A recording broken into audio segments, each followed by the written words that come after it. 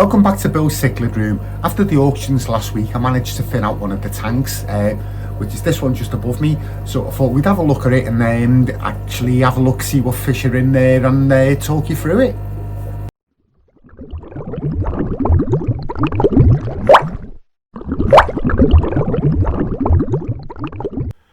Before we start looking at the Geophagus Tapajos tank, I thought that it's worth having a look at this.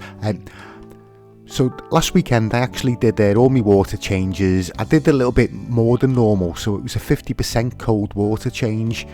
And within like half an hour to an hour, the Tomocichla asfraci I've actually paired up and the tubes are down, as you can see. So this is the female. She actually spent the next couple of hours cleaning this rock. You can see her tubes down. So the good news is with the Tomocichla asfraci, I've definitely got a pair. There is definitely a male and female there. The other spare one is in the back of the tank. I don't know whether that is a male or a female. They are really difficult to sex, these. You can only really do it when the tubes are down.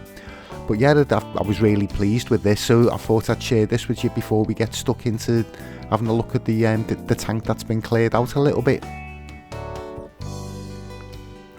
Yeah, as you can see over in the other corner, it's the rainbow cichlids and the spare the asfracis behind the filter there. Yeah, so as I say, they were just swimming around there with the female cleaning the rock for a good few hours. It was. Yeah, so much so I was watching these. I managed to flood the basement. Yeah, it's not the first time I've done this, and no doubt it won't be the last.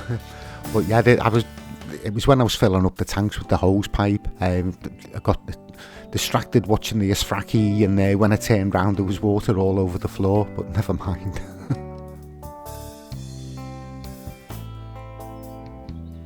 Yeah, they are only small, these still. They're only about 3 inches, so they've got a lot of growing to do.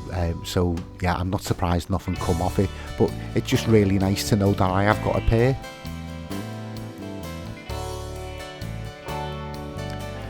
Yeah, so with the Geophagus Tapajos redhead tank, as I'm calling it at the moment, I caught a lot of fish out of this for the auction last week.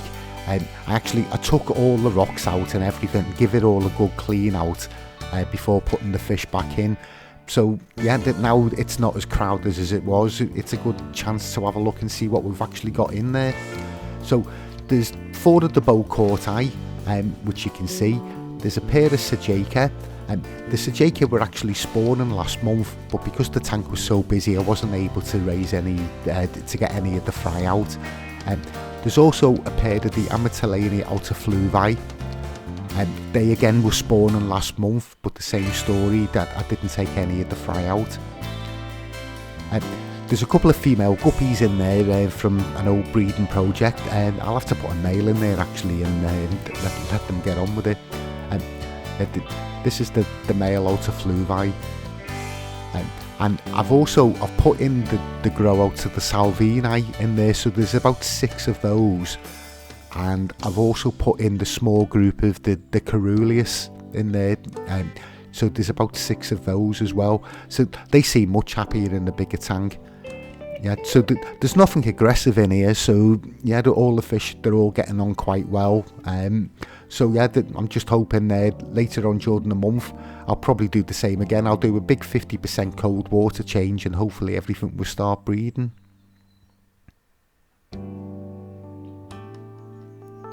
Yeah, so the tank itself, it's not looking too bad, I suppose. It's not as cluttered with decorations as some of the other tanks. But yeah, I think the layout's quite good. So there's quite a few territories there for the fish when they do start spawning. But there's also lots of swimming space as well. Yeah, so they're all quite young fish in here really. The Geophagus Tapajos, I've had those about 6 months now. They don't seem to be growing that much, to be honest. I'm hoping for a bit of a growth spurt with them now. The bow corti, again, I've had those for a few months. They've probably doubled in size from when I've got them, but they're still really small. The bow corti, as you probably know, do actually get up to about 14 inches, and the colours in them when they're adults are amazing. Yeah, here's the female of the Amatitlania nanolutea. I've only got one female, so I am on the lookout for any males if anybody knows anyone who's got them. I shouldn't really have her in this tank with having the altoflava, just in case there's any cross breeding, but I'm keeping an eye on it, and if I do see any signs of it, I will whip her out. Yeah, so it's the sajica, so the male sajica, he's looking quite nice. Again, he's still got a lot of growing to do, he's only a young fish, but yet the colours in him are starting to come through. The salvini, you may remember on some of the other videos, they were only about ½ an inch in size then when I got them. So yeah, they've put on a bit of size, and they're starting to get the pattern along the side. They haven't actually got the red coloration in the belly yet. That takes a good while before that comes through. And this little fish that you can see here, this is actually one of the chocolate cichlids. The first spawn, you may remember me talking about in the past. I didn't actually take that many off them, but there's only one that's actually come through. So yeah, I've only managed to raise one of them. The other fish in this tank, it's the group of the Corydoras duplicaris, so there's 6 of those in there. So with the Geophagus Tapajos, there's 4 of them in this tank. I believe that there's 2 pairs, just based on the coloration really. It's not really showing today, but the coloration on them, there is 2 of them that have got more red on the head, which I believe is the sign for a male. Is the altoflava, the female, and she's starting to colour up actually, so I think she's getting ready to start spawning again, so it won't be too long. But the colours in her are fantastic. So her body's gone a darker colour now, like a brown colour, but the golds are really coming through, and you can see the difference with the nanolutea female. And like when they're in breeding condition, they do go like the brown and the goldy colour, but there's a lot more black pattern in the body than in the altoflava. Apart from that, they actually do look pretty much the same.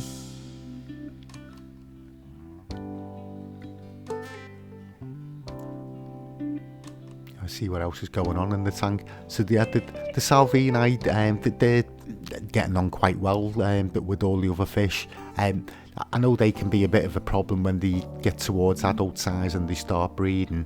But yeah, we've got many months before that becomes a problem, so yeah, I'll just grow them on in here for now and see how we get on. Yeah. I do like to keep the cichlids in a community setting. I find it both a bit more interesting to look at and to actually observe the natural behaviour of the cichlids as well, as they do try to dig out territory for themselves. So yeah, it's as you notice, like nearly all my tanks are quite crowded, with lots of different types of cichlids in there.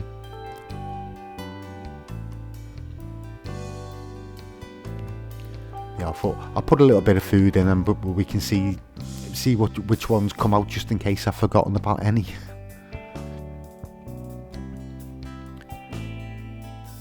Yeah, so it's the Tetra Prima that I'm feeding them on at the moment, and this is what I picked up from the auction last week. If anyone's tried the Tetra Prima, all the fish love it, even though they call it like the Tetra Prima discus.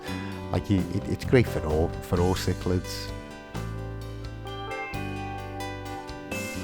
Now you can see the small ones, the small elongated ones, they're the Caruleus. So as I say, there's a group of about 6 in there, and they are only really small those at the moment, so they are quite difficult to spot. And yeah, the Corydoras duplicaris, so yeah, they're good scavenger fish then, so they help to keep the bottom of the tank clean. So yeah, I've not tried to sex those yet, so I don't know whether there's a mix of male and females or they're all the same. Yeah, I've not really got any interest in trying to breed those at the moment. Like maybe later on, like early part of next year. Yeah, so there's the female sajica. So you can tell that she's a female. She's got the yellowy goldy coloration, like particularly just under the dorsal fin, whereas the male actually like keeps a red coloration.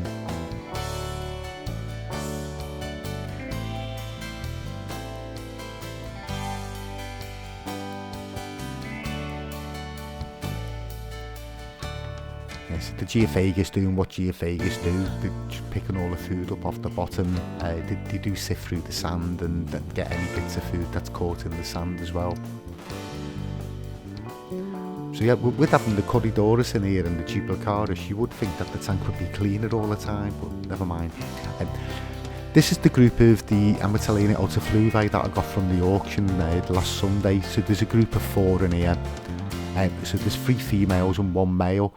So yeah, but when they get up to size, I'll put them in the tank with the pair that I've got, and yeah, I'll have a colony of 6. So hopefully, yeah, I'll be able to get some good breeding projects out of those over the next like 12 months, and hopefully manage to get them back into the hobby in decent numbers.